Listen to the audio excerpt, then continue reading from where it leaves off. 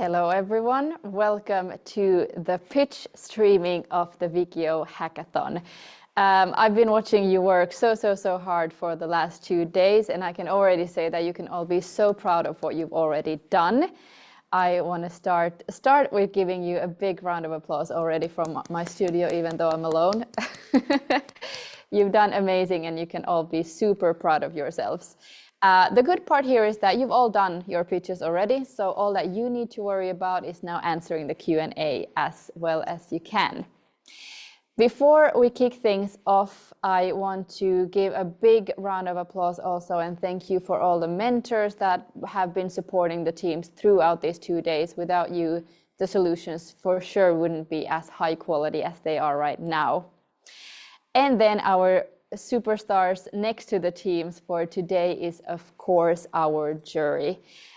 We have here with us Marine, Fabrice, and Anna-Lena. Do you guys want to say anything on behalf of the jury before we start, or a quick hello to the teams? Yeah, hello everyone. Just wanted to say well done for submitting your pitches on time.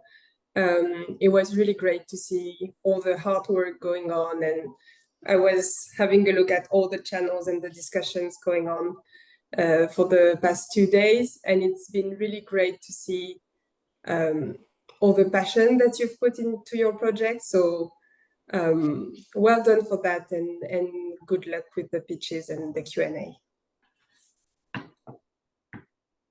Yeah, hello from my side as well. I'm Anna-Lena. I've been following the hackathon more from the background, but I'm excited to be here now and see all your pitches and what have come out of those 2 days. Well done. Congratulations to all of you already, and talk to you soon.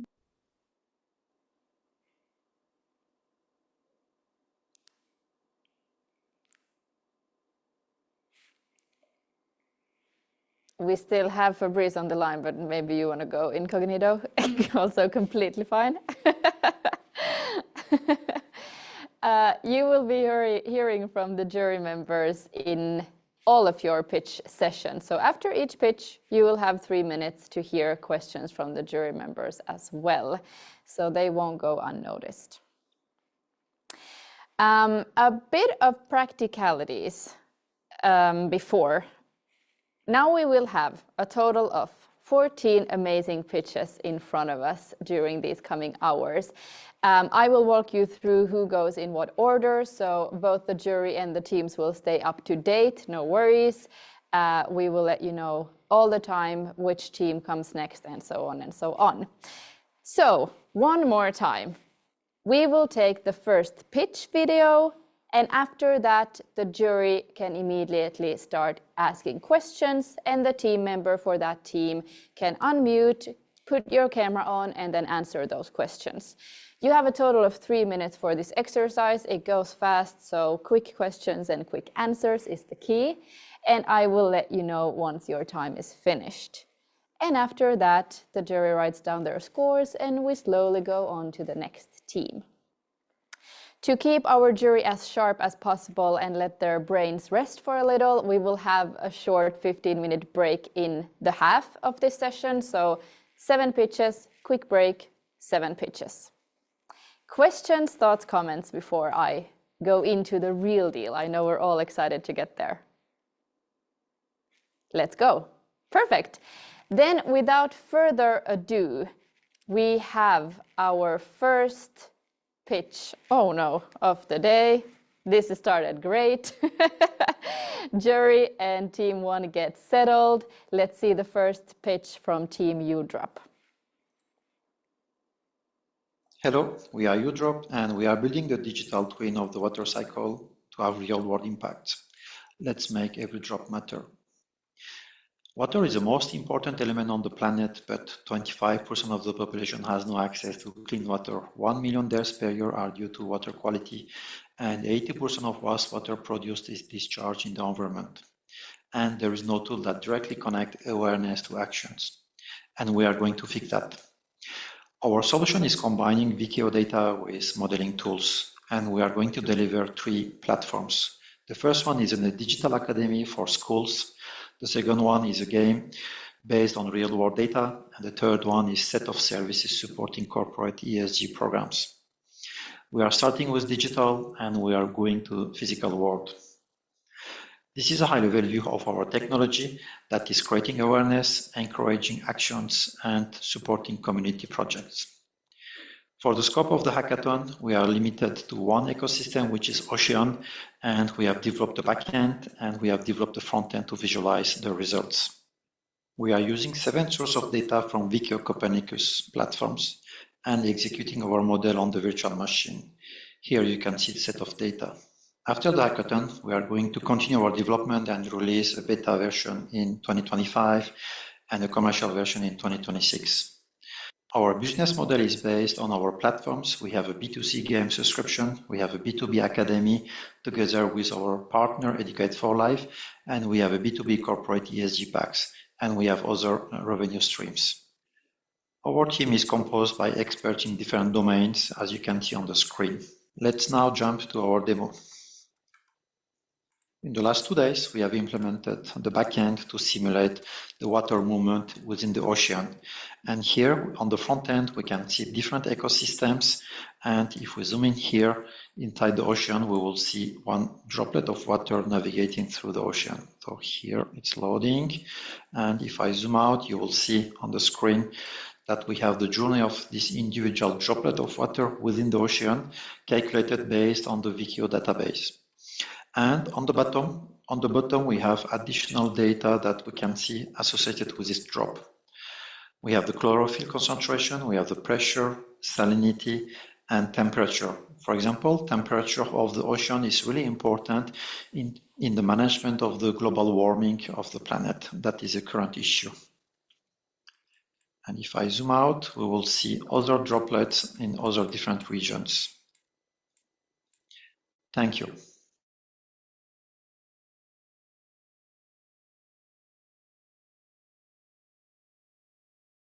Excellent job. Thank you for the first pitch.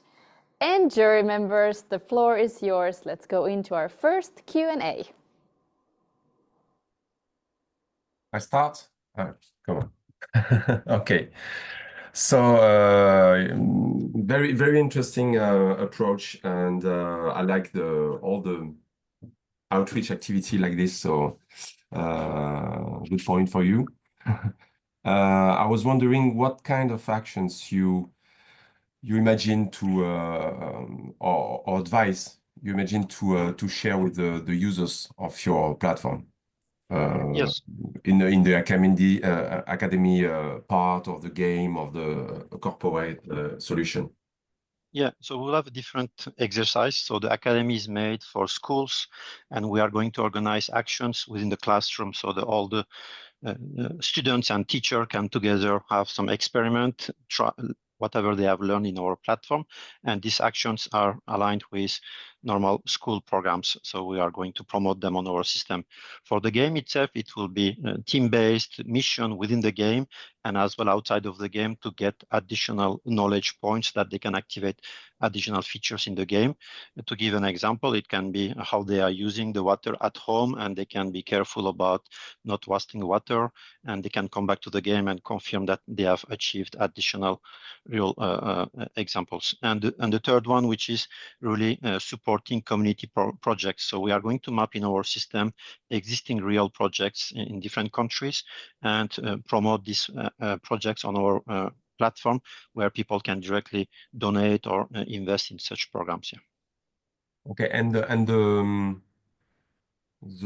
visualization solution is the one for the three kind of. No, we will have different implementation. Here we have been able to present one example. The game will be really a game with different virtual, let's say, worlds and a lot of, let's say, additional features that are not realistic. It is a game. For the academy, it will be really a realistic approach, but still with gamified user interface, but more realistic. And for the ESG programs, it will be really data-based approach. Yeah, it will be different front ends. Okay. Thank you. We have time for one more question. So I can go ahead. What has been the most difficult thing you faced now in the last 2 days? And Well, did you overcome it? Did you find a solution or? Well, the most difficult part was to be able to calculate enough points to show you something on the screen, because within 2 days, a droplet of water is not moving so much in the ocean. So we have simulated multiple months of calculation to be able to see this path. But when we go to the atmosphere or other ecosystem, we have much faster movements. Yeah. If Marine has a very quick question, we have time. No, that's okay. My question was kind of the same as Fabrice's, so okay. Excellent. Perfect. In that case, excellent first go. Thank you, Team 1. Thank you, Jerry. You can be very, very happy with yourself.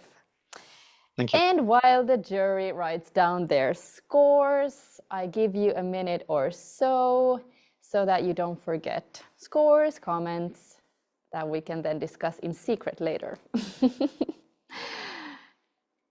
And while you do that, I will already take up the next slide so that Team 2, Aqua Sentinel, can start preparing. Make sure that you're ready to answer the questions after your pitch. And to the jury's knowledge as well, we will go on to Team 2 in just a few seconds. I will let you know. I should always prepare for something for these in-between moments, but I don't. Maybe I'll come up with some jokes at a later time. It looks like we are about done. Jury, shout and scream if we're not. You seem happy, and I want to introduce you to Team 2, Aqua Sentinel.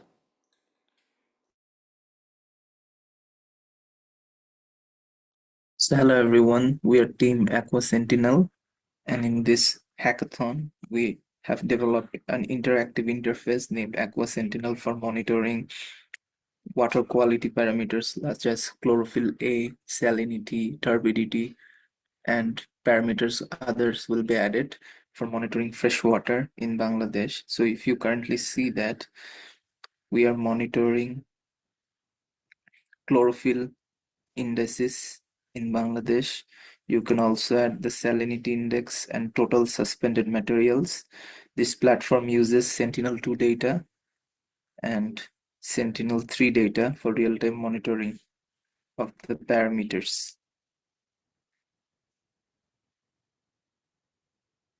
So here you can see I've added the salinity layer.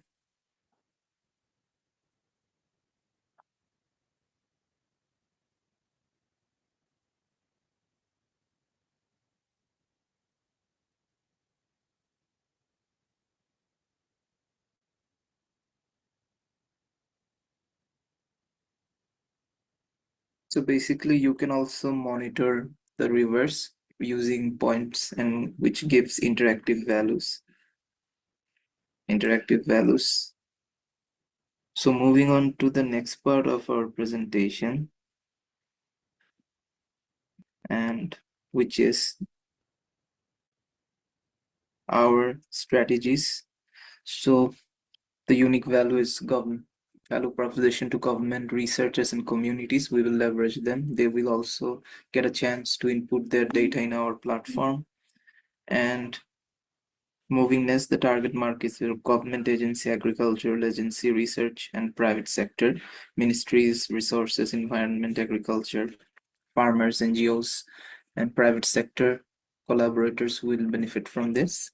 And the revenue stream is a subscription model, that pricing for government and research institutes. We will pay a particular amount like $5 to $10 for using our platform, and data licensing from private sector and satellite agencies, consulting our customers.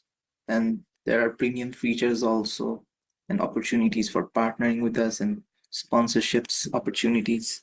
This cost structure is basically the technology development maintenance. We will see from ourselves that part, and the satellite acquisition cost from our partners, and infrastructural cost for cloud hosting and storage, marketing, operation cost, and other costs.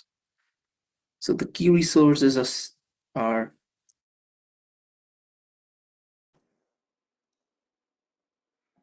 Thank you, team 2. And as you can see here, I'm sorry we had to cut you off a bit. It's because I smile, but I'm stone cold. So that's why we had to make some cuts. But I'm sure the jury will get to answer some more and you can get to elaborate a bit more on what was missing. Jury, you know the drill. The questions and answers is yours. So I continue to start. So okay. Okay. I saw a nice monitoring tool, but do you have imagine future features to develop in order to meet your targeted users? Yeah, basically this is a demo. We could add 3 parameters like the chlorophyll A index, the turbidity index, and the salinity index. We use Sentinel-2 and Sentinel-3, which is aligned with the WEkEO data to monitor this data. We are thinking to add some more parameters for our targeted customers like the local agencies, the government agencies, specifically for the industries and agricultural sector. And we are hopeful that we can add those features. Like we used 1 to 2 year data here, and we wanted to add 5 years data, but for the time constraint, we couldn't add that data. Excellent. Next question. I can go. So do you expect your users to use the platform as it is now? Are you planning to add anything, I don't know, alert systems or things like that? Can you give us a bit more info about this, please? Yeah, we are thinking to add the alerting systems because when we think about specific industries, they have specific needs and they also have specific users, like a particular agricultural runoff, an algal bloom in a particular lake for agriculture and aquaculture industry. We will add those features, and we will add also an option that the users, they can ground truth the data and they can also add data. The researchers and the collaborators of us, the stakeholders, they can also do that in the future when we will complete that. And one quick question, if we have time. There's time. Could you tell us a bit about the team who's behind this project? Sorry, can you? Could you tell us about the team who is behind this project? Like about us? Yeah, about you. Oh, sorry. Like I'm Pritam. I'm from Bangladesh. My major is environment science, and my friend is with me. Tasin, can you open your camera? Sorry, my camera isn't working right now. Can you hear me? Yeah. Yeah, I think so. I'm Tasin Raihan, and I'm also from Bangladesh. I'm in water resources engineering.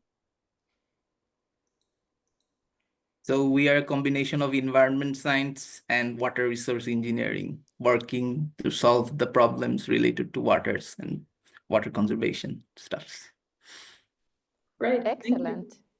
Thank you so much. And that's a perfect 3 minutes. So this was actually perfect.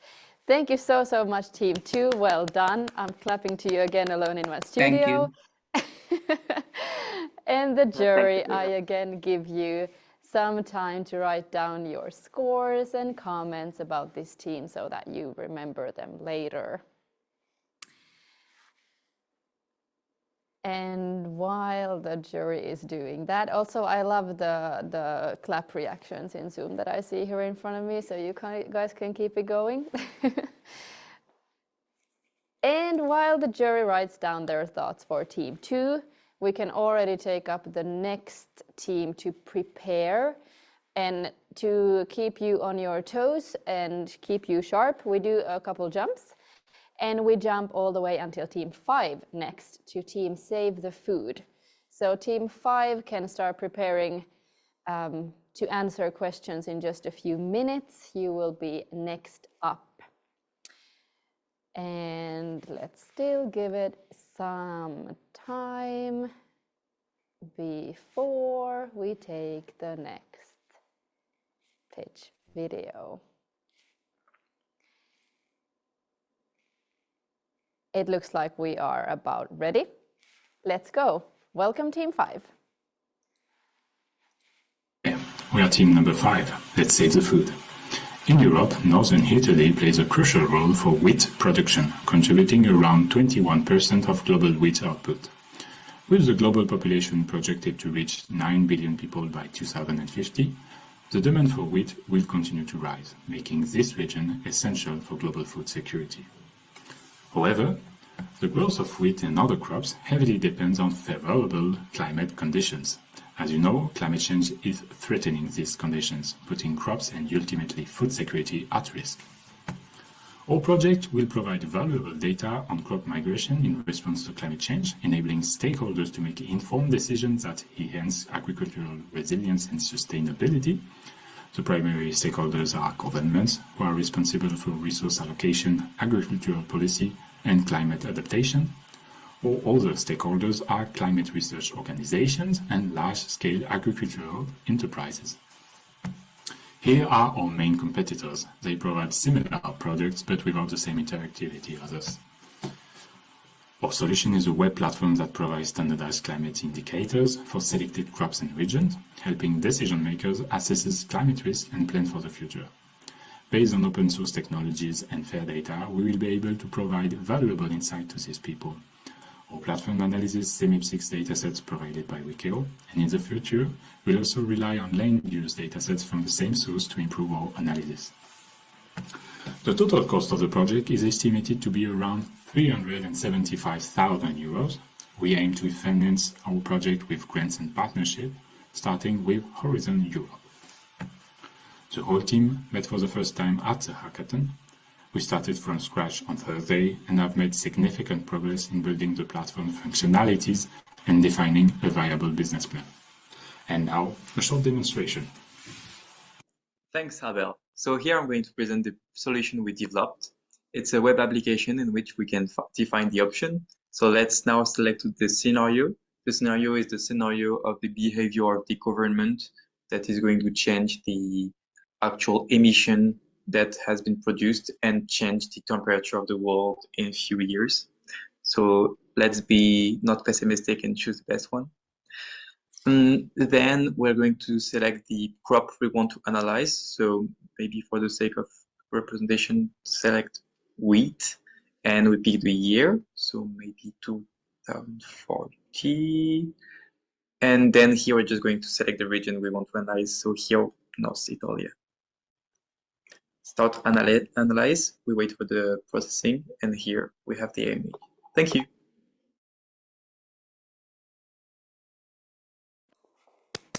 Thank you, Team 5. Excellent work.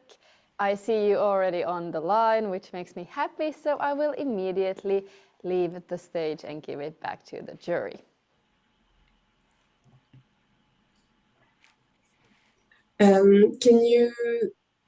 Thank you for this. Can you give us maybe an interpretation of the last image we saw on the screen for your demo?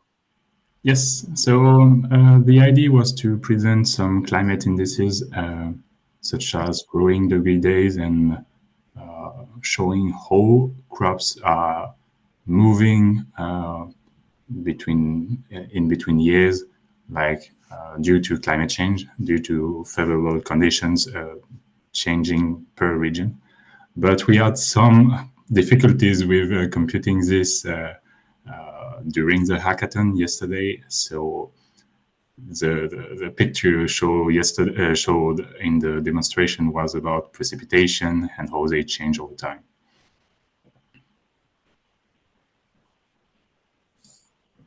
Okay, and what does the red mean then?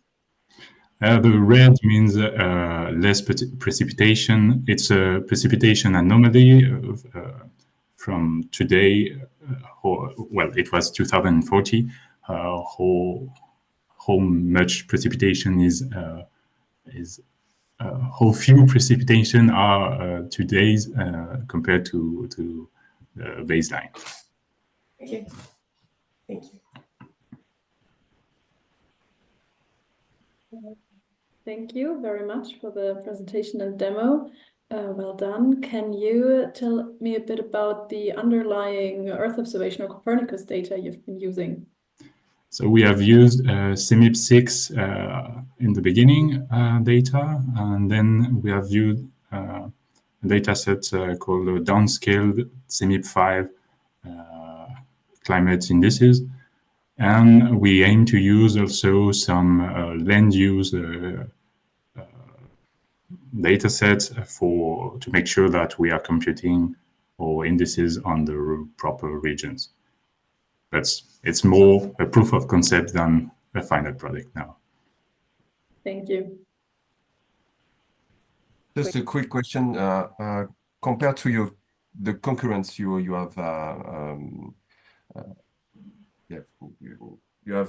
in this field, what are your assets? You talk about speed of your solution, but have you other assets in the solution? So what we want to provide is mainly a scalability. With our solution, we can choose a specific crop and specific regions to run the analysis. The idea will be to first aim for a local government, like we talked about northern Italy for our use case. We will reach the local governments and see with them how useful could be our solution for them. Excellent. I can also shortly add to the question, if you don't mind, or very, we don't very have to. quickly. Okay. Also, our team is very diverse. So in that case, like if a government or our other stakeholders decide to hire us, they already have like diversity in the team. Like they have consultants, they have managers, they have people who write code. So that's also our kind of advantage. Yeah. Thank Excellent. A very good add-on. And with those words, I thank you, Team 5. Again, very well done. And you can be very impressed by yourselves as well. And jury, again, to the tough part, writing down some scores and comments so that we can return to this team in our deliberation. And while the jury is writing down, I will go easy on you for the next part, and we will simply go from Team 5 to Team 6. So nothing crazy going on here.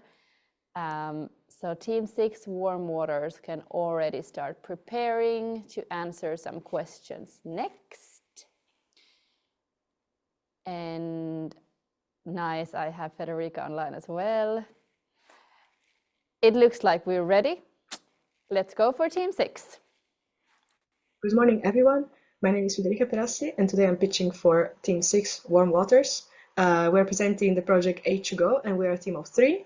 So Yub and I are wind engineers, and we were working mostly on the coding in this project, in this hackathon. And Chiara is also joining us, and she's a biologist, and she helped us mostly in the conceptual phase and in the business development. So H2Go is a tool that aims at using satellite data to unlock local hydrogen markets, and the goal is to show that it is indeed possible to create local hydrogen hubs and also guiding their placement. And briefly about green hydrogen, for the ones who are not familiar with this topic, it is a chemical that is made from water and renewable energy sources, and it is a key to decarbonize several sectors. So why H2Go? Well, the hydrogen infrastructure is at the moment still in development, and therefore technical guidance is needed for policymaking and for creating the first hydrogen hubs. Local hydrogen is really sustainable and the most economically viable at the moment, and therefore a tool for regional hydrogen economies creation, including also the water availability, is fundamental. And the way to achieve this is using climate data and hydrology data to assess the water resources and the renewable energy resources of a region. And the H2Go tool should look something more or less like this. So the input block on the left, as you can see, where we'd like the customer to indicate the region of interest, but also other inputs, for example, the type of resources to include and the expected needs. And then the output that we would like to show among many is, well, the hydrogen indicator, so a color-coded map of the region indicating where it is more convenient to install hydrogen. And from this, we would like to pinpoint location where hydrogen development will be the most convenient. During the hackathon, we could develop our first version of the tool, starting from European Hydro dataset and the ERA 5. So basically, we only consider the river location and the wind potential that you can see plotted on the left. And on the right, you can see the output of the code.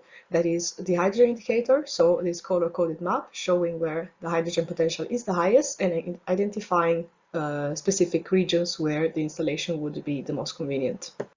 So after the hackathon, the H2Go tool will be improved in order to be ready for the beachhead market. So that would be regional governments and institutions. And then later on improved even more for an expansion to medium to high private consumers of hydrogen for decarbonization purposes. And indeed, this will entail expanding the tool in terms of inputs, but also processing of them to include them in the criteria for hydrogen indicators. And to conclude, H2Go is a tool for climate policy making to unlock local hydrogen economies. Thank you for your attention. Thank you, Team 6. And jury, you know the drill. The floor is yours. Thank you. It's a nice presentation. This is not my field of expertise, but I found this very interesting. So, if I well understood, it's a solution to characterize sites for the hydrogen field. Is it correct? Yes, indeed, it's correct. So the idea is to basically locate where it's most convenient to make hydrogen, and conventional tools, because there are similar tools and they're, well, maybe in other regions. I found some, for example, for India or other parts of the world specifically, but I saw always that they only consider the renewable energy penetration or density, but they never checked the water sources.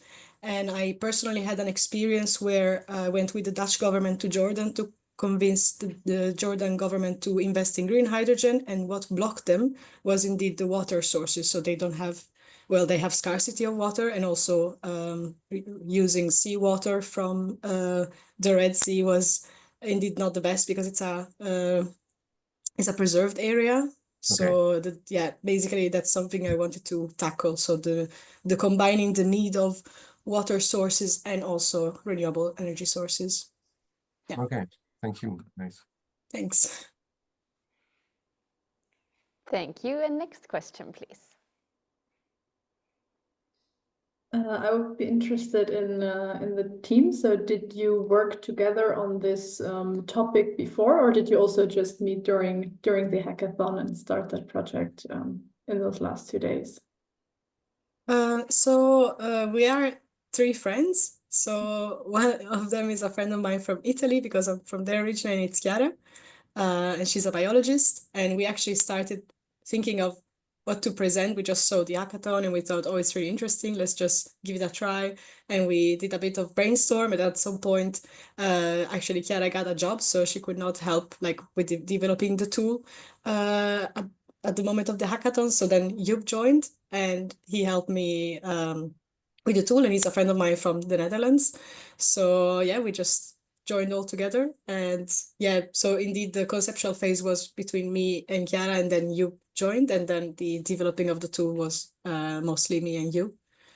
And I don't know if you guys want to add something, if you're online. No, I think that's the whole story roughly. So okay, thank you. Great. We still have time for a quick question, Maureen, if you have one. Maybe if you could tell us a bit more about what your final platform or prototype would look like. Yes, sure. Well, the idea is, yeah, it was not really easy to show from the slides, because indeed the output would be very regional, very specific. But the idea is to indeed have like a tool where you can input your region, so like generally the coordinates and what type of resources you want to consider in that region. Indeed, so if you don't want to consider seawater because you just don't want to go for desalination, that's also okay. So excluding also like having a bit more criteria, and the tool will provide in the end like a visualization of the energy resources, but also the distance of the good spots for energy resources from water bodies. And basically find a good combination evaluating like which are the areas where hydrogen hubs should be implemented. And we would like also to add external data. So for example, where are the biggest consumers that could be benefiting from hydrogen? So for example, in industries or like fueling stations for transport. And also maybe adding, how is it called, like a database is about where renewable energies are already installed. Since European Union has... Here I have to cut you off. Oh, I'm sorry, that's okay. It's like a really long story. It's a good Sorry. story. I would love to hear more, but I have to cut you off here. Thank you so, so much, Team Thanks. 6. Again, job well done. You can be very happy with yourselves. Thanks. In jury, let's write down some scores and some thoughts and some comments, whatever you want to remember about this team when we discuss later. This is going so great so far. Well done, guys. And now for the next team, I will again sharpen your minds a bit because we will make a slight jump to Team 8. Let's give it a minute though, or maybe not a minute, but a few seconds. But Team 8 can already start preparing to answer questions. And I see that you are prepared. Very nice. It looks like we're ready. So let's hit it for Team 8. Hello, I am Anil Sevinch, founder of IonBlue. Our mission is to stop wildfires before they start with AI-powered solutions. Today, I will share you how our technology protects lives, ecosystems, and critical infrastructures. Until today, more than 500 people lost their lives with such disasters, and the economic loss is tremendous. Global warming is triggering such disasters all around the world. We conducted a pilot project in Oulu, Finland, by digitalizing power poles and analyzing surrounding risks. We demonstrated the accuracy and value of our system. Our solution improves infrastructure safety while significantly reducing the operational costs. First, we use meteorological data like soil moisture, rainfall, and temperature to map risks. Second, we analyze vegetation proximity, assessing tree heights and distance from the poles. Finally, we combine these insights to produce comprehensive risk maps with clear classifications. Those are the data which we have used during our work. Results and risks areas are, as shown in picture, scaled in different color schemes. The first one is fire map according to meteorological data, tree approach, and combined version of two data sets. IonBlue detects risks before they escalate, saving up to 60% in operational costs. It aligns with sustainability goals and it is globally scalable. This technology transforms fire prevention strategies worldwide. We create value for a wide range of stakeholders. Insurers minimize their claims, energy companies protect their infrastructure, farmers safeguard their crops, and government strengthens their disaster preparedness. IonBlue makes a difference across many different sectors. IonBlue integrates AI and satellite data for high accuracy. We reduce false alarms and accelerate risk detection. This technology outperforms traditional methods in speed, precision, and also in efficiency. Our revenue stream include SAS subscription, custom integrations, and consultancy services. Starting in Finland, we aim to expand high-risk regions like Australia, USA, and also other Nordic countries, scaling globally with strategic partnerships. IonBlue is here to prevent electrical wildfires and protect the future. Join us in building a safer, sustainable world. Together, we can make a lasting impact. Thank you for listening. Yes. Perfect. Thank you, Team 8. You're ready to answer questions, I see. So let's jump right in. Whoever wants to go first. I can go first this time. Thank you very much for the presentation and the and your solution. What other solution exists for this problem, and how would you say is your solution different or better than those solutions? Yes, in Europe, for example, the traditional method is flying over with helicopters over the overhead lines, or they are using drones, but both of them has very, big limitations. Drones have a very limited period of time, flight time, and helicopter is very, very expensive. And the third methodology is observing it at the site by the relevant workers. And this is a very time-consuming and also inaccurate work. So basically, this is what I can say, but we are doing it from the satellites with your data. Okay, thank you. Excellent. Next question, please. Thank you for the presentation. Was very interesting. Do you have in mind the main data you are using from WEkEO? Because I saw the list quickly on the presentation, but you can by the way, in our Slack platform, we have shared all the data which we have used. We use WEkEO data, but also some external data as well, like Finnish Meteorological Institute, European Union, tree canopies, and etc. Yeah, there is a various set of data which we have used, and all of them have been incorporated. And when did you start the project with Finland? I mean, we started together with the hackathon, the methodology, the data download, and the how you call it, processing was done during this 2.5 days. And we still have time for a third question. I was going to ask about the team and whether you had started working on the project beforehand, but you just answered that. No. Yes. Oh, sorry. Yeah, go ahead. I mean, the team, we are working since long time together with the same team, and we are developing products for using remote sensing technology. So we know each other for a long time, and we work very closely. In this project, we work with 4 people, 4 of team members. 2 of them are geomatics engineers, and 1 is visualization expert. And just a last question, can I? Yep. Yes. Yeah, I have. So I would like to know how you validate your prototype. I mean, actually, after this work, the right thing to do is to have a site visit and to correlate what our findings are and the site presence. But during this hackathon, we didn't have this chance. Yeah. That's why now this is a decision support system, let's say, rather than because validation in this short period of time is not possible.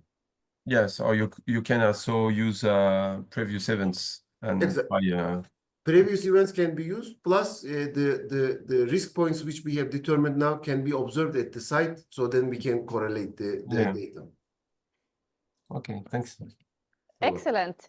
Thank you so much, Team 8. Again, I applaud you from here. Thank you. Very well done. And you as well can now take a breather. It's over. You just have to wait for the results. Jury, again, I give you some time to write down your scores or potential comments or whatever you need to finalize this project. And for the others, let's do a little bit of jumping again. We go from team... oh, actually, I have to confuse you even more. Let's go another slide further. Yeah, I will confuse even myself with these slides so that it's not unfair to anyone. We will jump to team 10, Agroforeo, next. So team 10, you can already start preparing. Nice, I see you are prepared. I have you with me. And if the jury agrees with me, let's go for the next pitch, team 10. This is Agroforeo, a tool for planting climate-resilient crops. Agroforestry blends trees with crops or livestock in a harmonious landscape.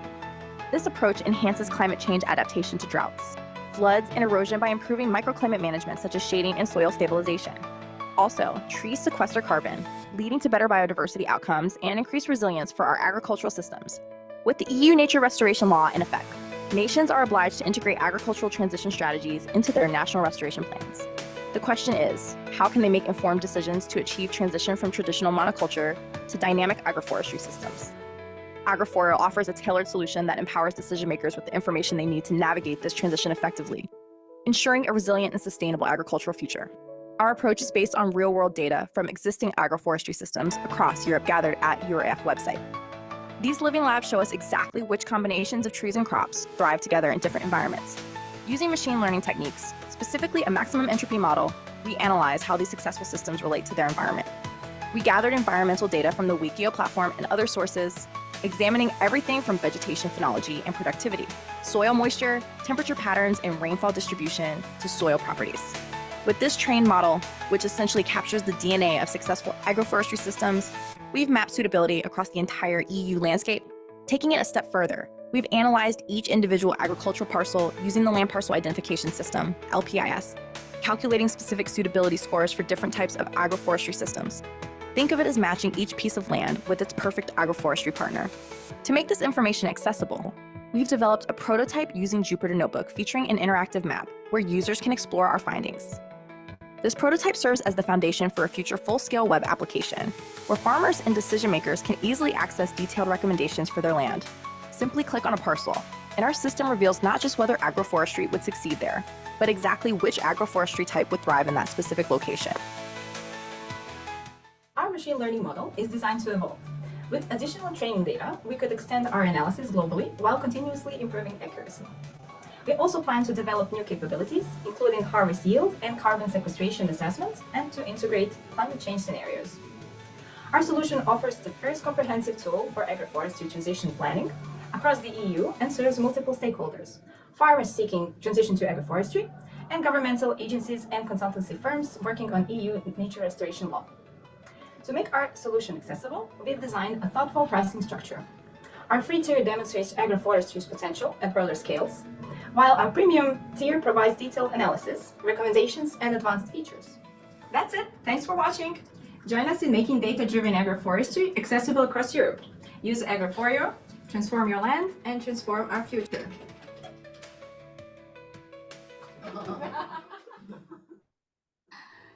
Thank you, Team 10. Well done, and nice to see all of your faces here in front of me as well. Jury, let's go for the, I don't know what number we are at, but for the next time, into the Q&A.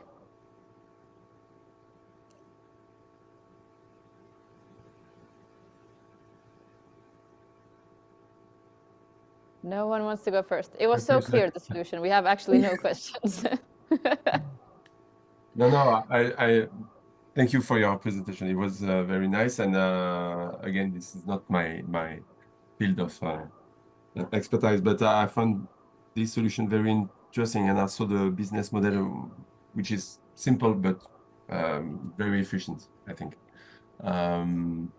So it was a bit quick on the last minutes of the presentation, but I would like to know more about the improvements or the next features you have imagined on your tool. Yes, sure. Thank you for your question. So we have a couple of things in mind to add to our application when it transitions to full-scale application. For example, we plan to create new models, for example, for assessing how much harvest yield will each field have on this agroforestry plot. And additionally, we want to add carbon sequestration potential of each plot. Things like that. Yes, thank you. Thank you. And next question. I guess my question is similar to the previous one about the team and whether you've started working together during this hackathon or before. Yeah, sure. Thanks again. We didn't have enough time in our video pitch for that. We wanted to include it. So we are 4 colleagues working within the same firm. It's WEkEO Ltd. We are environmental consultancy firm, Ivan here is PhD in geography. Nella is soon to be PhD in environmental science. Luca is geodesy master, and myself, I am a biologist, which specializes in remote sensing and nature protection. And you start working on this project just during the hackathon. Yeah. We had an idea to use hackathon as a platform to kind of brainstorm this idea, and after the hackathon, include it in our long-term plans for the firm to create a product. Thank you. And we still have time for a final One last very quick question from my side. Thank you very much. So, in your opinion, what are the next steps to really bring this product to the user? To the user, well, to first, it would be great to create a concrete business plan, to write down everything that we need to do, and to transition from this prototype map that we showed in our video to a real web application, and to do a lot of marketing to convince people to really use it, because we think it would really be beneficial, and for example, different government agencies will need it very soon for creating those national plans for restoration that they'll have to do. Excellent. Thank you very much. Thank you, Jerry, for the questions. Thank you for the answers. And thank you all together, Team 10. Well done. I hope it doesn't sound terrible, by the way, when I do the clapping in front of the mic, but if it does, I'm not sorry. I will clap. And Jerry, again, write down your comments, scores, whatever you need for this team. And actually, this has been going surprisingly fast, at least for me. And the next team we will hear from will be the last team before we take a quick break to reset, refill our coffees. At least us Finns will do that, as you know. So whatever you need, after the next team, we will take a short break. But before that, we will go into Team 11. I see you guys are already prepared to answer the questions. Happy to see you. And if the jury agrees with me, I will play the next pitch. Team 11, Hack Antos. When was the last time you stepped outside and took a deep breath of clean, fresh air? For us, living in Athens, a city plagued by air pollution, this feels like a distant memory. Urban expansion and poor urban planning have worsened air qualities over the years. To tackle this issue, we created Urban Emission, a platform dedicated to a greener urban planning for a healthier future. Our platform offers a range of features, as you're going to see in a 1-minute demo, with the main feature being a building model that predicts emission levels based on changes in land use. The model is powered by 2 datasets, the Korean land cover dataset and the CAM European Air Quality Reanalysis dataset, both by the WEkEO platform. By combining these datasets, we can accurately assess emissions for different land use types. For this hackathon, we focused on the Attica region, using data within these coordinates, as you can see here.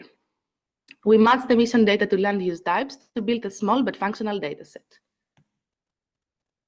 Why use GreenPlan? Our platform is a valuable tool for a variety of users.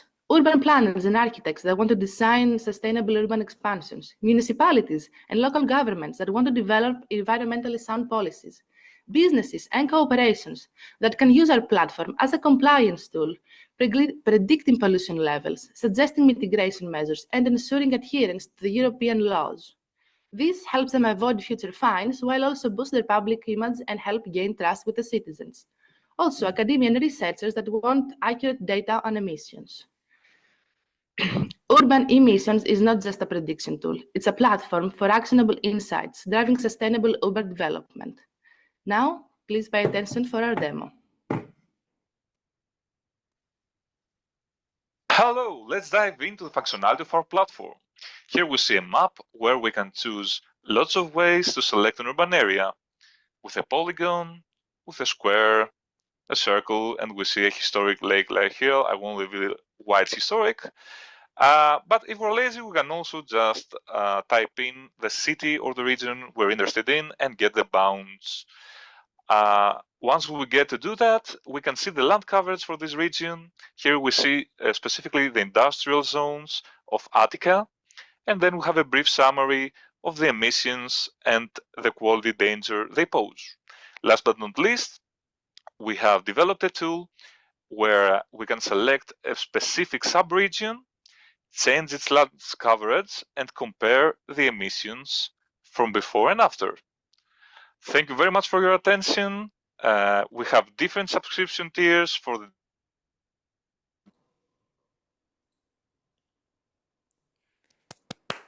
Thank you, Team 11. It sounds like we needed to do some magic here as well to keep you in the 3 minutes. I apologize, but you will be able to elaborate more with the jury questions as well.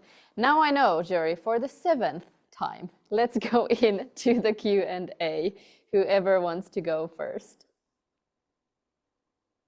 I can start with the obvious question. So what is your business model?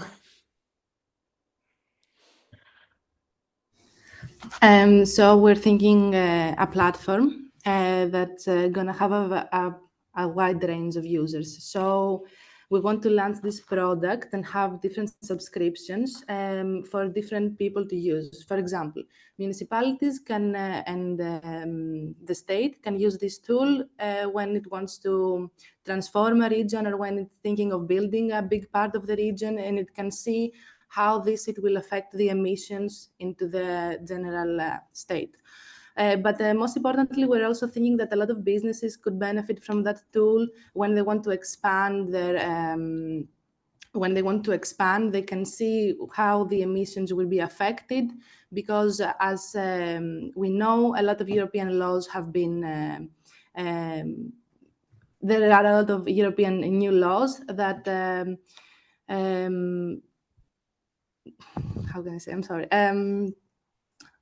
That we need to compile with in order to don't be fined environmental wise. So they can use this tool to see how the emissions are and what would be the best step to do so that they do not have a bad result and get fined eventually. Also, it's good for the image that it builds for the company to be environmental friendly and thinking of the emissions. So, yeah.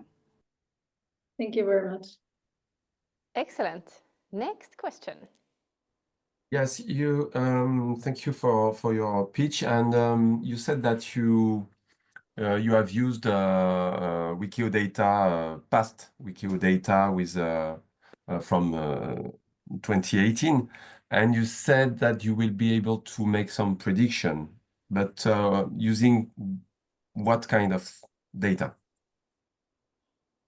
So right now, we focused on 2 gases, on O3 and SO2, because we had a problem with our software engineer.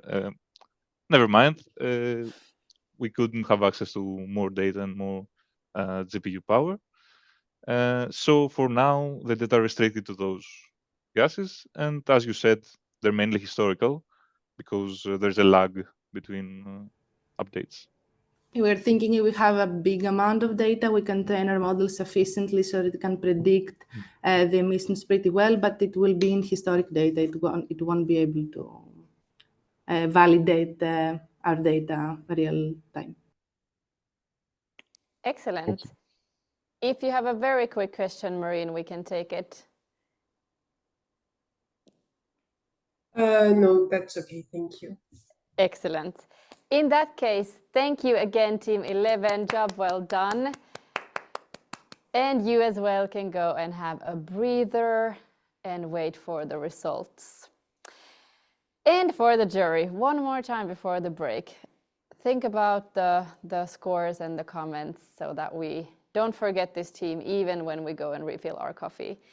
For everyone, I will give you some time to take a breather as well. So we will take I think 12 minutes because it's 3 past. So I will meet you back here at 15 past 12. So 12:15. Feel free to stay on the line and enjoy the silence in Zoom. Don't go anywhere, and we will be back at 15 past. Thank you so far, and see you soon.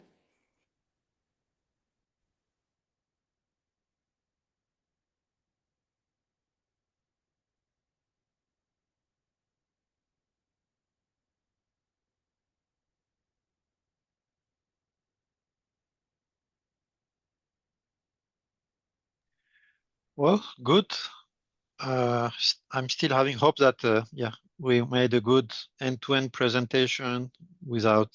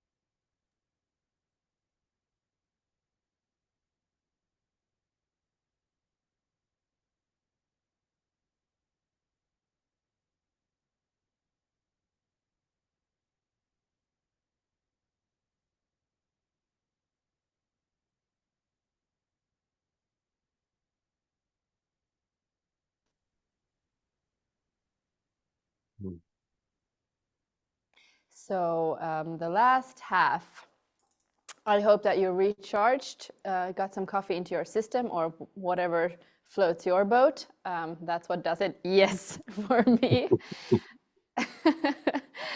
Alrighty, if you guys are with me, I would like to introduce our next team, Team 12, Evolution. I hope that you guys are here and eager to answer any questions. If the jury is ready, let's jump right in. Team 12, the floor is yours. Hi, we are Evolution. We turn environmental data into clinical confidence. Chronic illnesses are often overlooked by most of the medical practitioners despite their strong link to air pollution. Our team bridges this critical information gap by transforming environmental data into actionable clinical insights. For example, if you consider PM 2.5 data, it alone accounts for 45% of premature deaths in EU. On the other hand, approximately 4 million cardiovascular deaths globally were attributed to the air pollution. To tackle these challenges, we came up with a solution which is a geoanalytical tool linking pollution to disease risk, which enables faster diagnosis and life-saving tests. It looks like a dashboard where medical practitioners can log in and can monitor the patient's risk overview along with the risk analysis and along with the patient's demographical hotspots. This dashboard can also be integrated into a clinical decision support system, which helps the doctor to analyze the root cause of the problem and which helps him to suggest a better diagnosis and prescription to the patient. This solution integrates WEkEO's API, especially Sentinel 5P satellite data, and then feed into data pre-processing layer, and then feed into AI-powered risk assessment layer, and then used visual infographics to display visual insights, and then integrate into a clinical decision support system, which indeed help us to tailor clinical insights. Prevention, time, and accuracy are our three major focuses to stay into this business. By integrating air quality and pollutant data, we aim to optimize the diagnostic processes by 25%, which indeed help to improve the outcomes of asthma and lung cancer treatment by 30 to 40%. And these numbers has been backed by the research as well. And we are thankful for the WEkEO for providing access to real-time Earth observation data for health impact analysis, along with the Euro-specific data filtering for target health risk assessment and intervention. We come up as a software as a service with this subscription-based model of 100 euros user per month, and our target group customers are individual medical professionals, public healthcare institutions, and private healthcare institutions. And we aim to achieve a target of 1 million euros within 4 years with a user base of 1,000. There is a huge traction for this solution where medical practitioners are so keen to use this kind of solution to improve their day-to-day life. And there is a huge boost from EU to improve healthcare systems all over Europe. And the projections are only for Finland. And we are not stopping at Finland. This solution can be tuned for various demographics, for example, Asian demographic and USA demographic, to improve the healthcare benefits in those areas as well, which opens a huge potential for us. And here is our team, which includes Rasul Islam, Jawad Akhtar, and myself. Thank you. Let's re-evolve human life. Thank you, Team Evolution. Well done. And jury, for the first time after your break, let's jump into some questions. Yes, thank you for the presentation. On the demo, you showed, I didn't see the use of the WEkEO data, only the mapping with different layers of diseases. Can you explain more how you use the data and how you combine this to the monitoring of the diseases? Okay. From the Sentinel 5P satellite, we gathered NO2 and SO2 and O3 data, and we, according to those demographics, we also got the latitude and longitudes of these things, and we map these things to the current demographic of the percent of the patient data, and then check the patient's previous records. This is a dummy data. Patient records are a dummy data which I have worked for another hackathon. So I have utilized those dummy data to incorporate with this WEkEO's satellite or Earth observation data to make some more constrained comments on it. So and there is also we were planning to also integrate some other data sets, for example, CAMS WEkEO data set as well. But I guess we found some time constraints, so we just end up using S5 PV data sets. Yeah. Excellent. Next question. Thank you very much for the demo. How do you plan to validate the results, whether a disease is really linked to air pollution or whether there are other factors in place?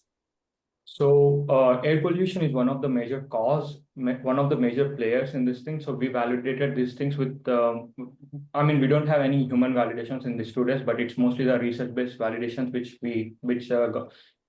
EU has published, or any other research papers has been publishing in the archive.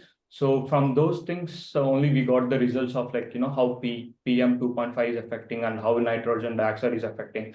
And in the lung cancer, especially in the lung cancer, these 2 plays a major role. And for the cardiovascular diseases as well, these 2 plays a major role. So and for the neurological disorders as well, we have sulfur dioxide, and there is another set of atmospheric gas, like, which plays a huge role. So this is mostly validated from the research-based work. Yeah, I can say. Yeah. Thank you. Thank you very much for the answer. And there's time for a quick question if we have one. I guess my question would be about your business model. Can you tell us a bit more, about the interaction with doctors?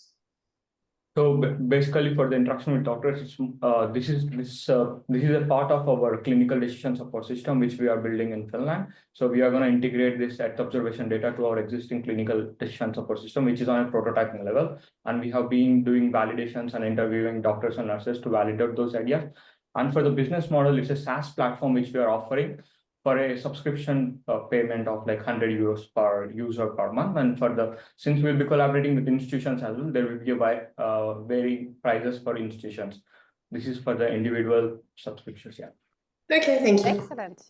Perfect. And that's, again, exactly 3 minutes. Perfect job. Thank you so much, Team 12. Again, I'm here with my claps. Take a breather, job well done. Exactly, give yourselves a round of applause. Yep.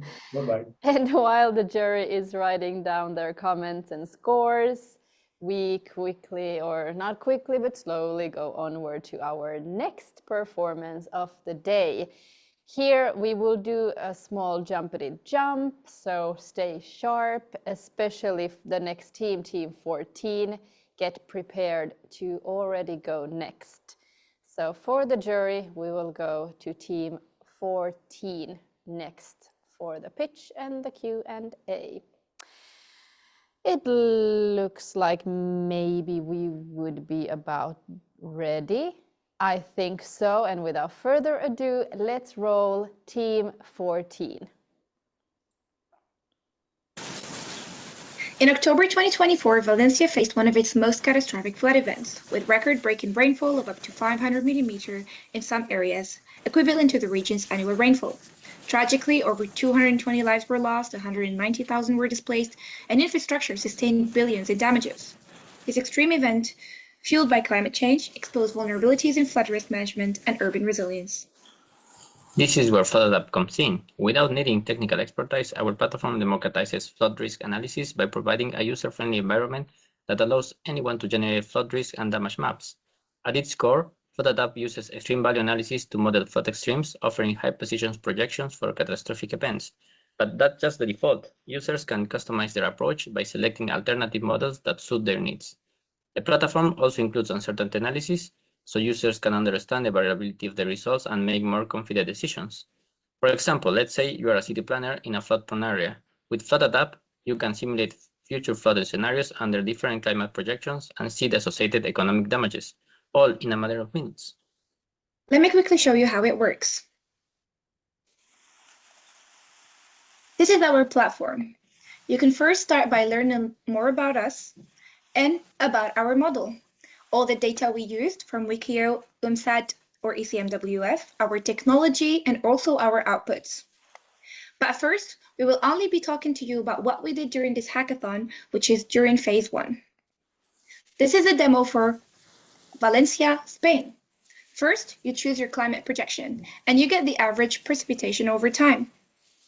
Then, you get all the different curves that can fit your observation, and you can choose the one that fits your observations best. Then, you need to fill in your storm data. So you fill in your storm duration, your interval time, and your return period, all to create your design storm. You can either do some storm analysis, or you can go back and generate your flood maps. And finally, you can contact us to build the future city resilience together. FloodAdapt's key strengths lie in its simplicity, flexibility, and impact.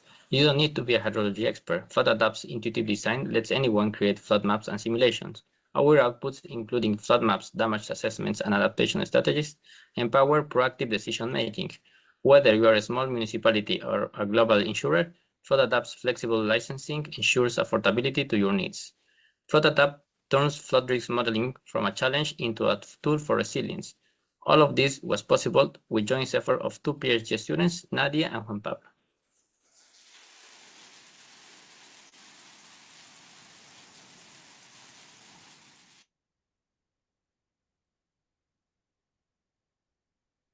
Well done, Team FloodAdapt. Thank you for the presentation. And jury, I won't say anything more. The floor is yours again for questions and answers. Thank you for your presentation. Very interesting topic, obviously. And can I ask you, what is your business model for this kind of application?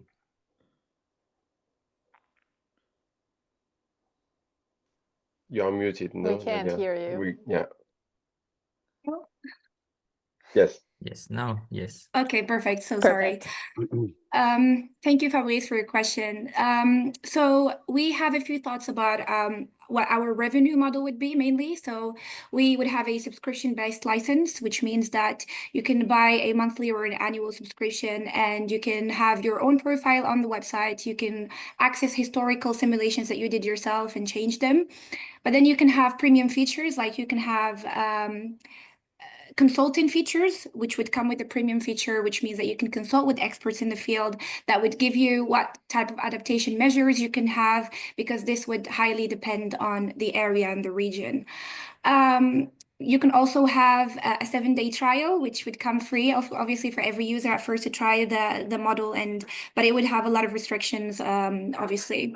And this would be very useful for like policymakers, insurers, or also academics. They don't have to have like the full background, and the tool makes it easier to simulate flood risk. Thank you. Thank you very much for the demo. Really impressive. Can you tell us a bit more about the underlying data sets? So which exact data sets you use for your analysis? Hello. Yes, in fact, we used mainly the data from WEkEO. We took the Corinne land use dataset for getting all the runoff coefficients and curve numbers that we linked for getting the runoff in the maps. We use the DEM as well, right, Nadia? We took it from WEkEO also, and also we took the projections, rainfall projections from WEkEO. Basically, all of the maps we used, all of the input data we used is from WEkEO. Then we developed the models using Python, basically, for all the hydrological analysis and for linking the data with the maps. Yeah, we still have time. I have a question about the outcome after the questionnaire is taken. So there's it shows a map, and I couldn't see, sorry, was there kind of a comment going with the map, some explanation about it? So actually for the platform that we've developed, for now, it only says like what this flood map shows, but it doesn't have full functionality. But in the future, we would want the map to be interactive. So every pixel would have the flood depth, and then you can also generate damages monetary damages. So if your house falls in like a 1 meter flood event, then you know exactly how much you'll be paying, for example, for insurance or something like this. Perfect, thank you. You're welcome. For now, you can see the depth very clearly in centimeters or meters. Yeah. Perfect. And with those words, a big thank you and congratulations, Team 14, on the job you've done. And again, Jerry, I will give you some time to finalize your thoughts on this one. And while you do that, I already prepare for Team 15. So no funny business here. We go to the next one in number order. Team 15 can already start preparing to answer some questions after the performance, but let's still give it a few seconds. I think, yeah, let's go. Team 15.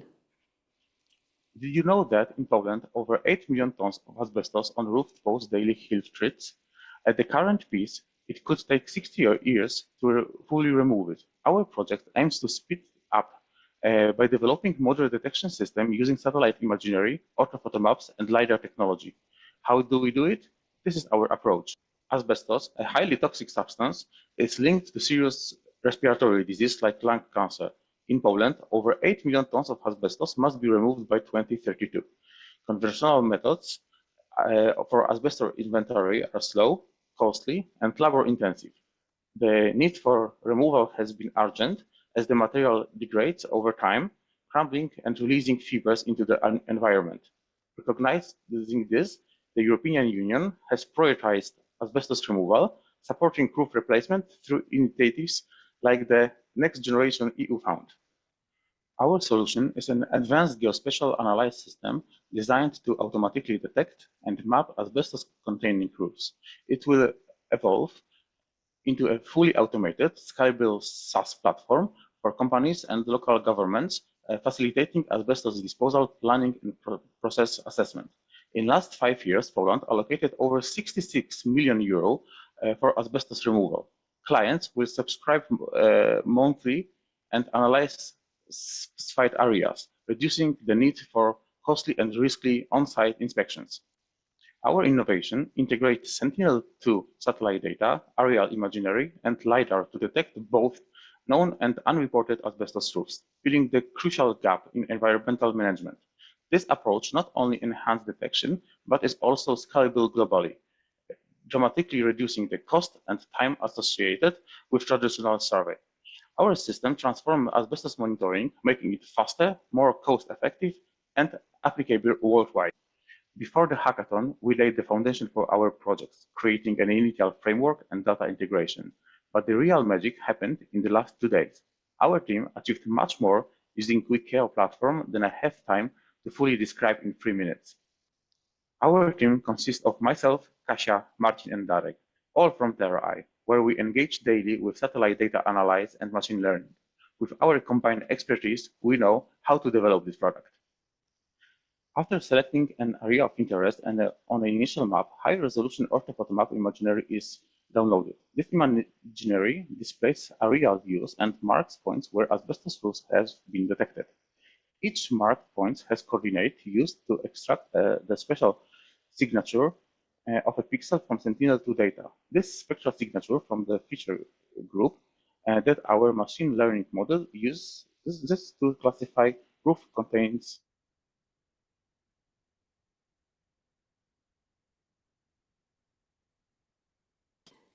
Thank you, Team 15, and apologies for having to cut you off. That's on me.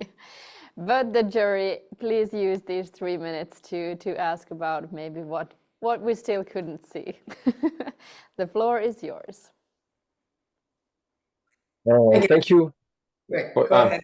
No, Marvin, please. I guess my question is what it is we couldn't see. Great question. Sorry, can you repeat the question? I didn't hear you. So basically, what was in the video after it was cut off? Okay. So I can answer that. So basically, what we did, we developed the deep learning model which detect the roofs or detect the roofs on the area of interest. Then we fetch the Sentinel-2 data and extract the spectral curve of pixels. So spectral curve is the representation of some material on the ground. So asbestos have unique fingerprint, let's say. That is the spectral curve. And based on that, we developed another machine learning model which detects only roofs with asbestos on it. So we can check which roof is with asbestos, which is not. So based on that, we know the localization of this roof, so we can inventory that. Sorry, I lost word. Yeah. That's okay.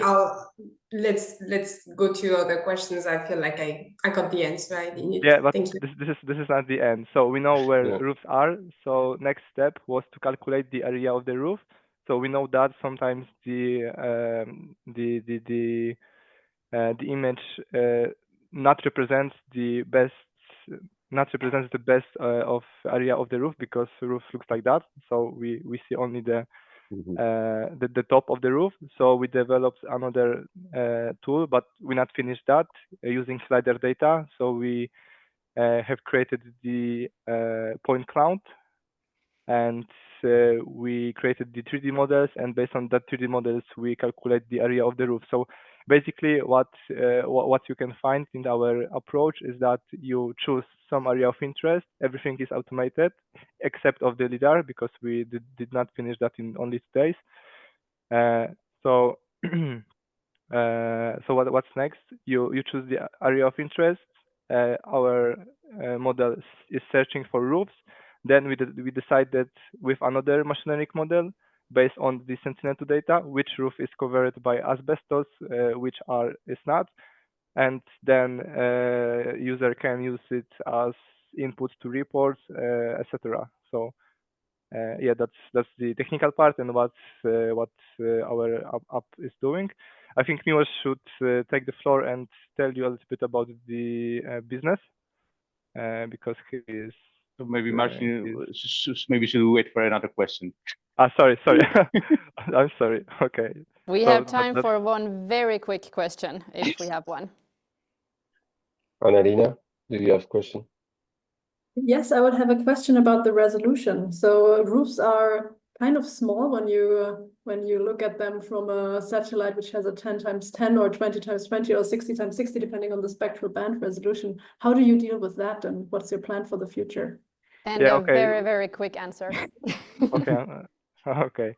So what we did, we based on very high resolution images, we detect the roofs. Then we then we find the centroid of the roof, and then we fetch the pixel which represents this point. So we are sure that the point is representing the roof.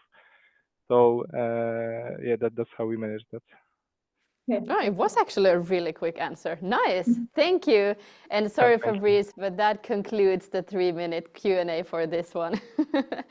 Thank you so much, Team 15. Job well done as well here. Go and take a breather and pat yourself on the back. And for the jury, to the tough part, writing down some scores and comments before we forget them. While the jury is considering and writing down, I will do a little jump again. And we will jump all the way to Finland, to snow cover analysis. It's not necessarily the only place we have snow, but today in Finland we have lots of snow for those who are based here. So that's why we have a winter wonderland here, and I couldn't be more excited. But I'm equally excited to see the following pitch, so let's go, Team 18. Hello everyone, this is Group 18, snow cover analysis for climate change. In the northern hemisphere, snow covers 40% of the total land. Due to the climate change, the snow covers is decreasing worldwide. Snow cover is important because it affects the energy, the agriculture sector, and also 50% of the world freshwater contribution. In the Nordic country, snow covers affect the hydropower and the winter tourism. Our platform combines Copernicus data like ERA5 data, MODIS data, and Sentinel-2 data to create a deep learning model that can predict or estimate snow cover, and also to provide high spatial resolution data over the Nordic area. Additionally, our solution provides the user with a data and the summary of reports. Our platform can serve 3 different sectors. The first sector would be the energy sector, especially in the hydro dam. It can predict or estimate the available water for the hydro dam. The second sector that will be served by our platform is the agriculture sector, because in the agriculture we can use to estimate the water availability for agriculture planning. The third sector would be the hospitality industry, because the snow availability can affect or can contribute for the recreational activities in the snowy region and winter time. In our platform or in our website, we provide very good visualization and summary of the information that's extracted from the reports. And also we provide different type of reports, like seasonal reports, annual reports from different snow parameters and climate analysis issues. And also we provide very high spatial resolution data that can be downloaded by the user. This is our backend. In the backend, we have developed or implemented a deep learning method based on the Sentinel-2 data. So we have downloaded Sentinel-2 data.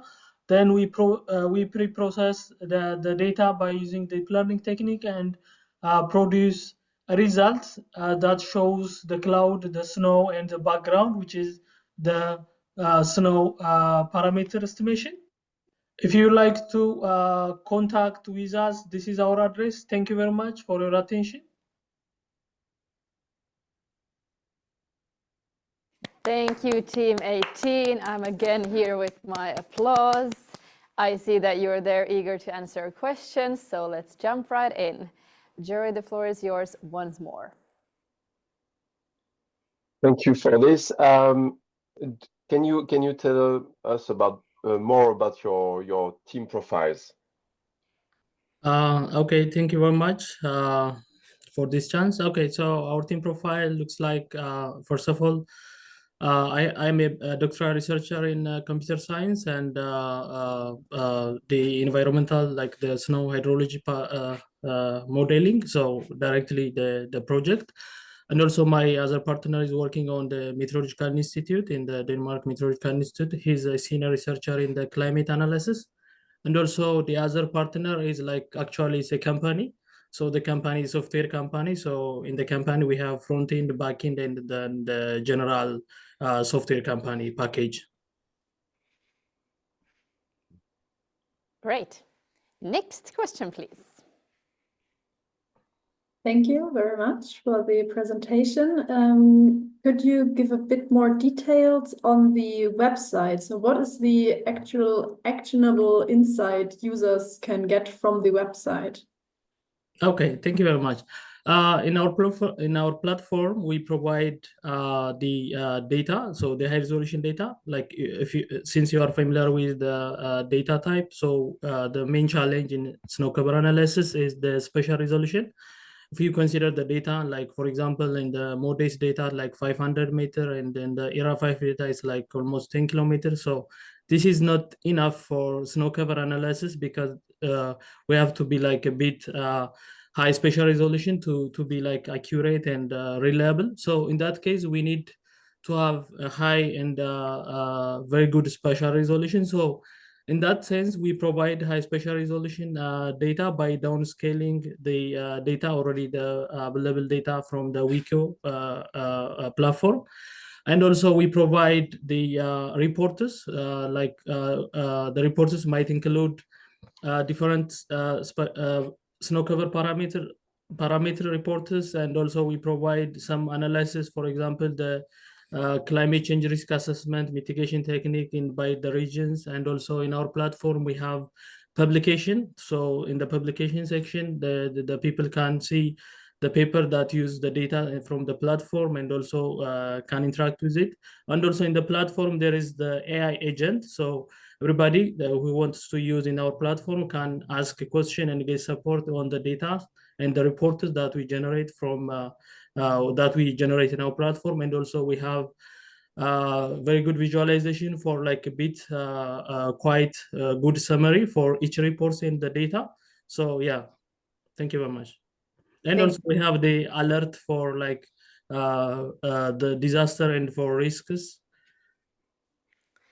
And unfortunately, that's all we have time for here, unless we have a super quick question. Alert system. Excellent. Then I thank you, Team 18. Job well done. You can be very happy with yourselves. Thank you very much. And jury, again, write down your thoughts, comments, scores on this team. And from now on, no funny business. We go in order. So for now on, the teams can already count when they will be answering questions. So next up, after the jury has finished their scoring, we will go from 18 to 19. So team 19 can already start preparing for questions. And I think without further ado, we can jump in. Team 19. Hello everyone, hello the jury members. We are BPLA team and our project is based on AI for sustainable management of forest ecosystems. Our project taking place in a context where forest ecosystems are under a variety of impacts such as deforestation. We are developing an innovative method to assess the sustainability of forest ecosystems.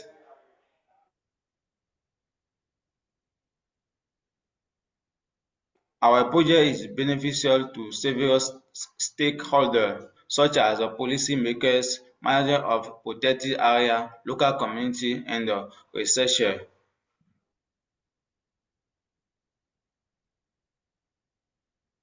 We did not use Sentinel imagery because it does not cover the years 2000 and 2030. So we use NASA imagery, which provides adequate coverage for these key years.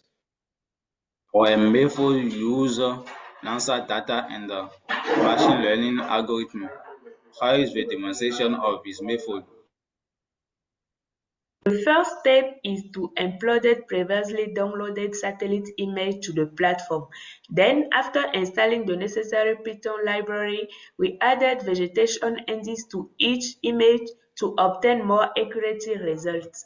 The entire dataset is divided into test data and train data to allow the algorithm to perform the classification.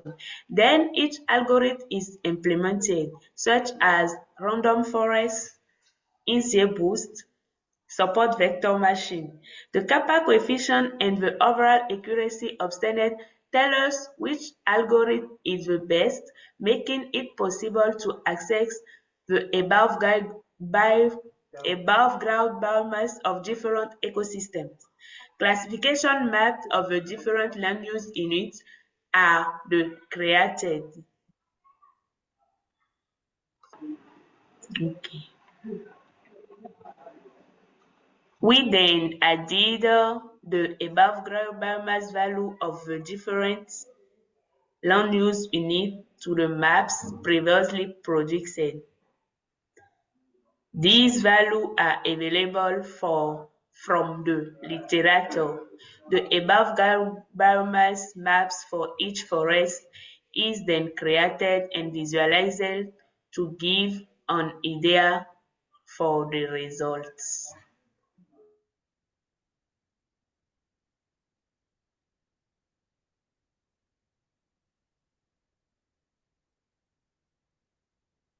The Undali forest has been affected by mold degradation in 2000.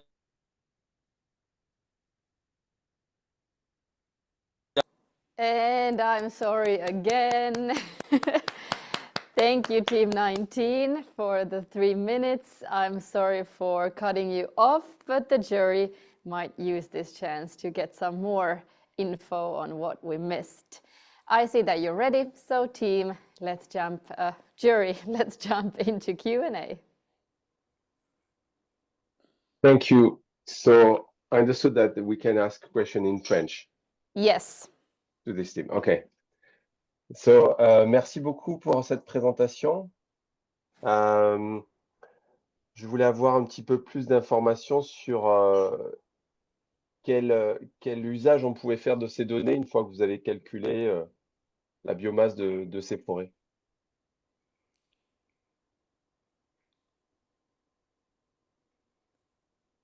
You can answer in French or you can answer in English.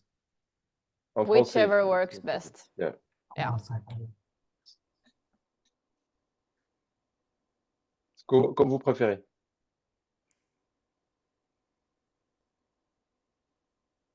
Ok, et merci beaucoup. On peut utiliser cette donnée de biomasse pour évaluer la séquestration de carbone de ces écosystèmes forestiers, qui est un outil essentiel dans la lutte contre les changements climatiques. Merci. All righty. Next question. Est-ce que vous pouvez nous en dire plus sur à quoi ressemble votre plateforme? Notre plateforme d'acquisition des données. Pour l'instant, c'est juste un code Python ou vous avez une interface? Non, ici, c'est un code Python qu'on a implémenté dans la plateforme Collab pour pouvoir exécuter les codes. OK. Et le résultat, c'est des cartes, c'est ça? Oui, le résultat va faire sortir les cartes d'occupation du sol d'abord avec les 3 algorithmes qui vont exécuter le modèle pour faire sortir les cartes, chacun avec les précisions. Et c'est grâce à la précision qu'on a utilisé pour utiliser maintenant le meilleur modèle pour faire l'estimation de la biomasse. OK. Très bien, merci. Should we do a very quick translation to Annalena with just a few words? Yes, please. So basically, there's no interface for now. It's Python code, which the output of is maps. But yeah, there's no platform or interface like we have seen. And Annalena, if you have a question that you want translated, it's completely fine.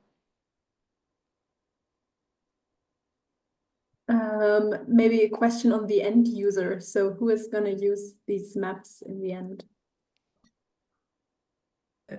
Du coup, la question, c'est quels sont vos utilisateurs finaux?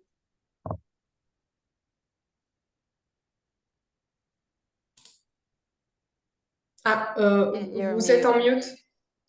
Thanks. On ne vous entend pas. OK, merci. Je disais que nos utilisateurs finaux incluent, par exemple, le gouvernement, les gestionnaires des aires protégées, et les communautés locales et aussi les scientifiques qui peuvent utiliser ces cartes-là. Et ces cartes vont permettre à ces personnes de prendre des décisions qui vont permettre une meilleure gestion de ces écosystèmes forestiers. OK, merci. Okay. So the answer is governments, local communities, decision makers. Yeah. Excellent. And the main goal of the biomass mapping is to improve the carbon sequestration. Perfect. Thank you so much for the support, Fabrice and Marine. Thank you, Serge, for the answers, and thank you, Team 19 altogether for the pitch. And again, I'm here, clappity clappity. Amazing job, and you can be proud of yourselves as well. And the jury gets to write down some comments, scores for Team 19, and then we jump into our second to last performance of the day after that. So after Team 19, we will go onward with Team 20. But let's give it a second or so. Team 20 can start preparing to answer some questions. And I think we are ready. Second to last time, let's roll the final version of Team 20. Hello everyone, I am Manwira Mohamed Salah from Tunisia. I want to more explain my project and this WEkEO Hackathon. It's about the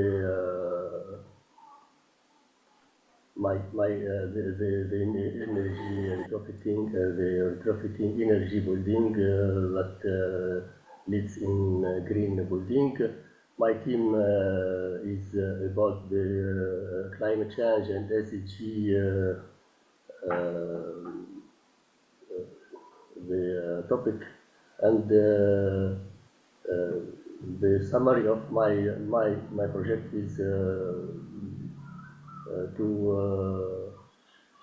track the carbon footprint of construction material and the heat leakage through building the energy retrofit project. aim to improve the energy efficiency of existing building by insulating them, replacing outdated heating and cooling system, etc. by infrared measuring instrument, or by some satellite data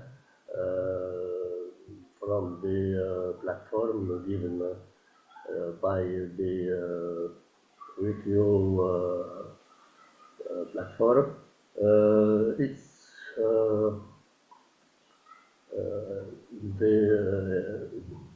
because buildings are responsible for 39% of global carbon emission, which a party from the operational emission and the other from the material and the construction embodied carbon, is the next step in energy efficiency and decarbonization. By the end, it's all summary of the project. Thank you very much.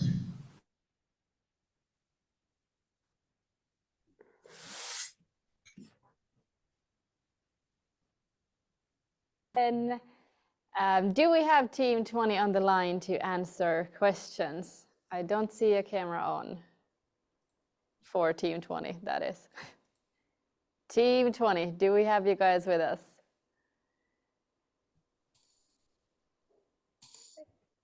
Could it be that we are without Team 20? Calling once, calling twice.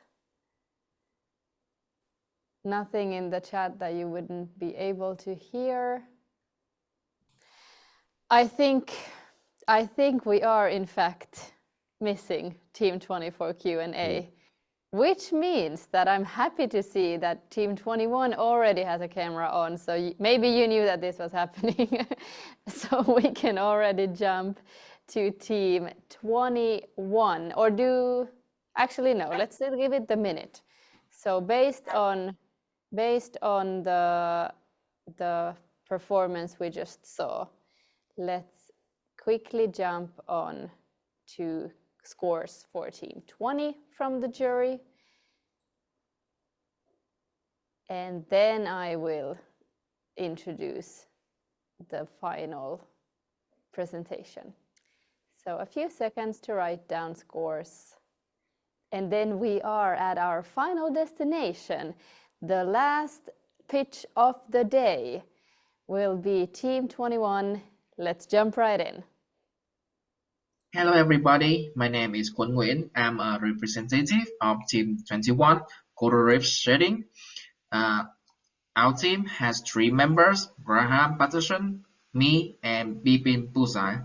And today we will bring you the solution to one of the environmental problems, coral reefs endangerment. So let's talk about the current situation of coral reef. Recently, they have to support 25% of all marine species because they provide habitat, food, and breeding grounds for many marine organizations, and they're also natural barriers for coastal regions against storms and tsunami. They are also good at carbon cycling against trash from fishermen and other sources. However, due to climate changes, overfishing, and pollutions, the quality and the health of the coral reef is getting reduced day by day. And to prevent that, we present our project, Coral Reefs Shading Project. This is an application currently run in MATLAB to monitor the current coral reef situation and even give out measurements. So we will use WEkEO information and data from satellite, especially the satellite number 2, to get all the data about daily temperatures and daily levels. For my work contribution in the project, I am responsible for the daily temperature, and for Bipin, he is responsible for the UV exposure, and for Graham, he is responsible to make all the calculation and measurements that could happen to the coral reef and how we can prevent them to reduce health. In here you can see me how I can navigate in the applications. You can see you can choose the coral species, country, location, and month.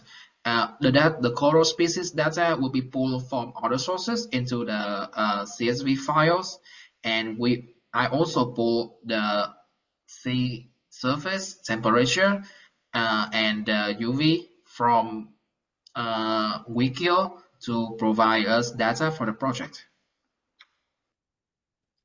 So thank you for joining our presentation. So if you guys have any questions, you guys can ask us, and me and my team member can answer you guys. Thank you very much.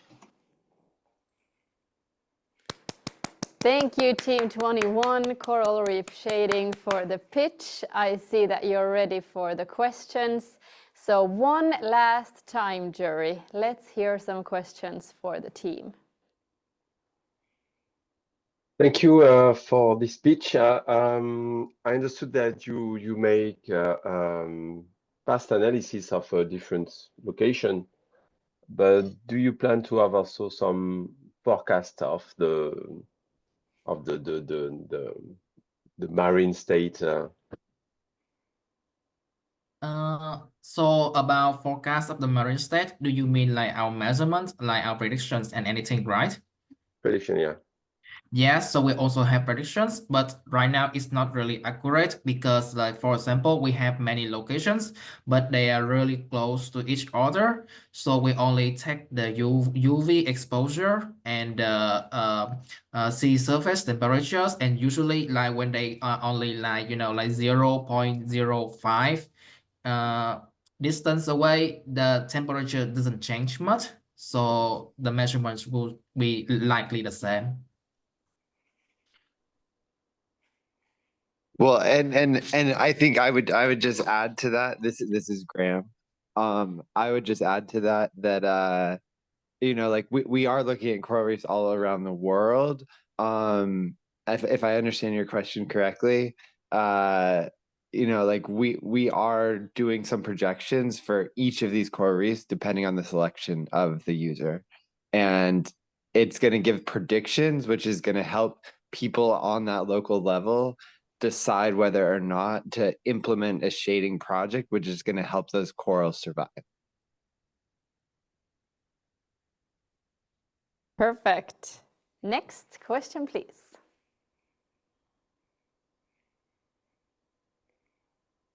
It was crystal clear. I have a question about the business model. I'm not sure you've mentioned it. Yeah, I forgot to mention the business model, but maybe Graham can mention it. Sure. Yeah. So actually, again, my name is Graham, and I founded a nonprofit called Reef Scuba, which stands for Restoration, Ecology, and Environment Focused Scuba. And our mission is to build tools that allow, everyday people, non-scientists, to make smart decisions about how to help the coral reefs in their area. And so this is one of those tools. And so we are a nonprofit. So the fact that we created this tool isn't a profit maker on its own. However, this is going to help us get more publicity, more donations, more followers, etc., which is going to increase donations to our mission and help us grow. We would still have time for a quick question if we have one. Yes, I would have a quick question. So what was the status of the tool before the hackathon, and what did you achieve during those 2 days? I can answer the question. So before the hackathon, we only have like the data about the locations of the reef, of the coral reef, and some calculations. And on 2 days of hackathon, we was trying to get the data from the satellite into our program so that it can output the graph, the measurements, and like some predictions. Like for example, like okay, this place they have like too much light. Maybe like the coral reef may need some shading over there, for example.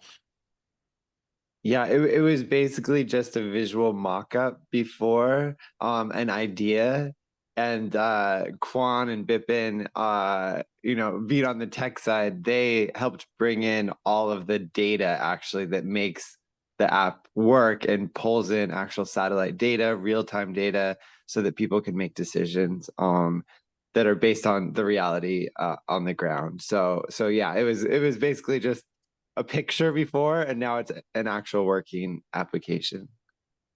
Thank you. Perfect.